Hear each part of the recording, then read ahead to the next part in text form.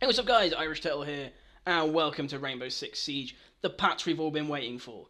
So, I say that, it probably isn't for a lot of you guys, but for a fair few it might be.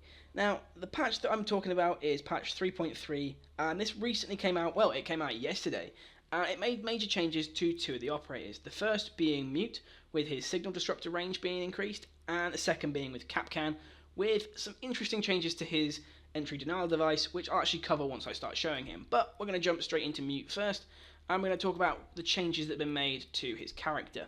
Now, what's cool about this is the fact that Ubisoft have sort of looked at the analytics for their game and have seen that Mute and Kapkan didn't receive the level of playtime that people would have expected from these sort of characters.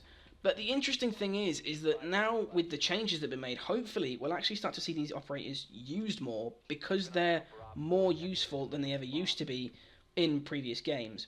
Now, so like I said, the first change made is with Mute. Now that is actually that the area of the entry denial, the signal jammer rather, is actually been increased by around, I think it was about 1.25 increase in range. It's gone from 1.5, which was the original radius, to now a range of 2.25. So it's not increased by a load, but it's increased enough that it means that now if you place a signal disruptor in a doorway, an enemy drone cannot now jump over that to get into the room. They actually get stuck. So it means that his device is now more useful for preventing intel gathering by drones.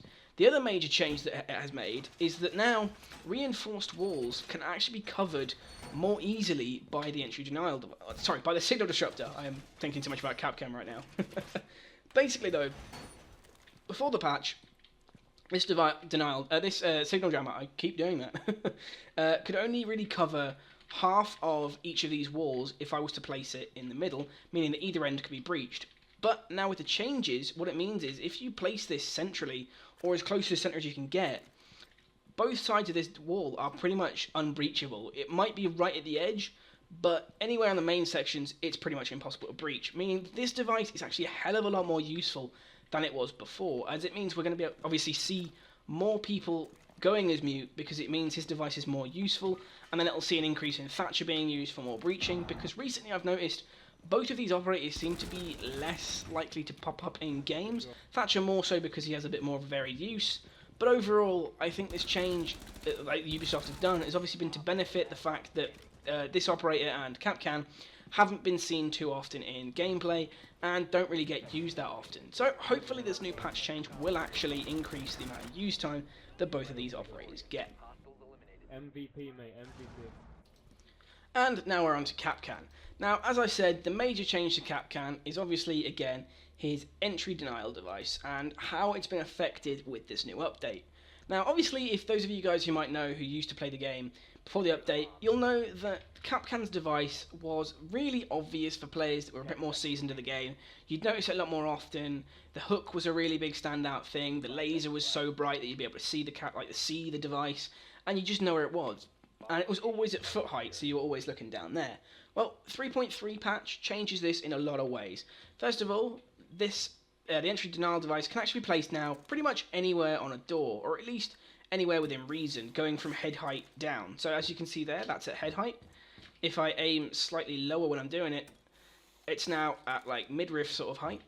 And you can obviously, as I've said before, still go down to ankle height. So obviously you're going to have three different levels of where you can place it, which means that the actual meta of the character changes a lot, because it means we're not only looking at the floor now when you're breaching a door, you actually have to look at all three sections of it. The other big changes you may be able to notice, or not notice, as it's specifically idea-based is that the laser is actually a hell of a lot less noticeable than it was previously. It's still noticeable, but in certain lights and certain rooms, it's actually really hard to notice. Like right there, the middle section of it where the light is actually really hard to spot. So, you know, it means that we're less likely to spot the laser. And finally, the other thing I mentioned, obviously, was the red hook. This has just completely gone. And I know a lot of people talked about this, especially on my Kapkan video, about how this red hook needed to go. And Ubisoft listened, and they've removed it. And again, the idea is that it's going to try and increase the use of Kapkan, but also increase his kill-to-death ratio. Because the implication is, with the entry denial device, realistically, Kapkan's kill-to-death ratio should be a lot higher than it is. Granted, it doesn't guarantee you'd have a good kill-death ratio. It should have a higher one than it currently does, because the entry denial device should get more kills than it does currently. Obviously, with it the way it stands at the minute, it doesn't get kills at all because people know how to look out for it now, and a kill based on it now is more based on luck than anything else. But with the update, we're actually seeing a lot more, like playing casual games, we're seeing a hell of a lot more kills recently towards the Kapkan device. I'll probably input a couple of videos over this little section here, just of me like showing idiots walking straight into a laser that's right in front of them, but obviously they're not noticing as well because of like a lot of people get that tunnel vision where they're looking down the end of their scope and they're not looking at the laser, and with it being less obvious, they don't notice it as well. But with these two changes, hopefully it'll change the meta of the game to increase the use of both operators, especially with Kapkan, because it means now the game should be slowed down enough once a Kapkan is deployed, because it means that people are going to have to start checking every level of a door to know if there's a Kapkan trap, because once this barricade is on the door, that's pretty much it. You've got no hope of knowing there's no way I'd know if there was an entry denial device there at all. The only way I'd know is obviously if I ran up, I immediately the door, and then I happen to see the laser. But again, I might melee the wrong part of the door, and if I'm looking down here, I wouldn't know. Whether or not you can, and hopefully, I think the idea is you might be able to crouch under the higher placed ones. Not 100% sure on that, haven't quite tested it yet. I probably will and do a quick little update in the description if you can crouch under it.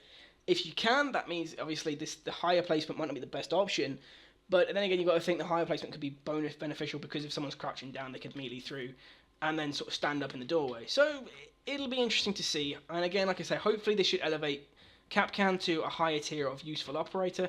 And the same with Mute, he should be upgraded to a more useful tier of operator. But that's the changes that have been made. There are a couple of other things here and there. One of the main ones being in ranked, they've now said that team killing is actually a bannable offence. That can lead to a permanent ban, with your first team killing offence leading to, I think it was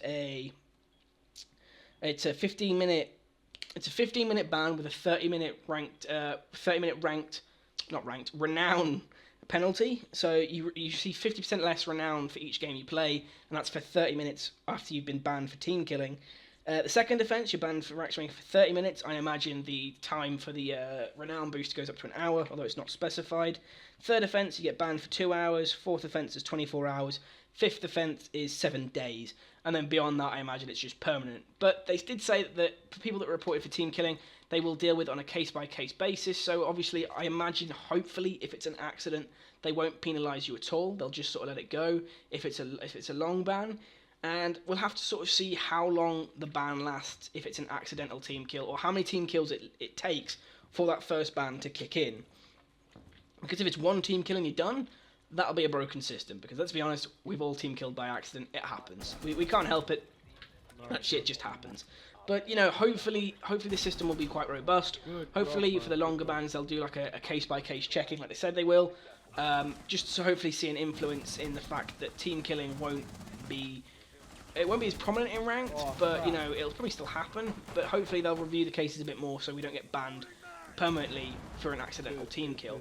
And again, I think casual does need something still to deal with team killing, as it's rife in casual, and there's no real penalty for it. You just get kicked and then you start matchmaking again, and you've got no reason to not team kill because you can get away with it, which I think is broken. And I think casual needs a system, whether or not it's a case of the ban system is doubled, so that instead of having like for casual, say it takes twice as many kills to get banned, but then the ban system is then implemented in. So hopefully that might be something they could look into if they happen to watch this video or someone shares it on their forums.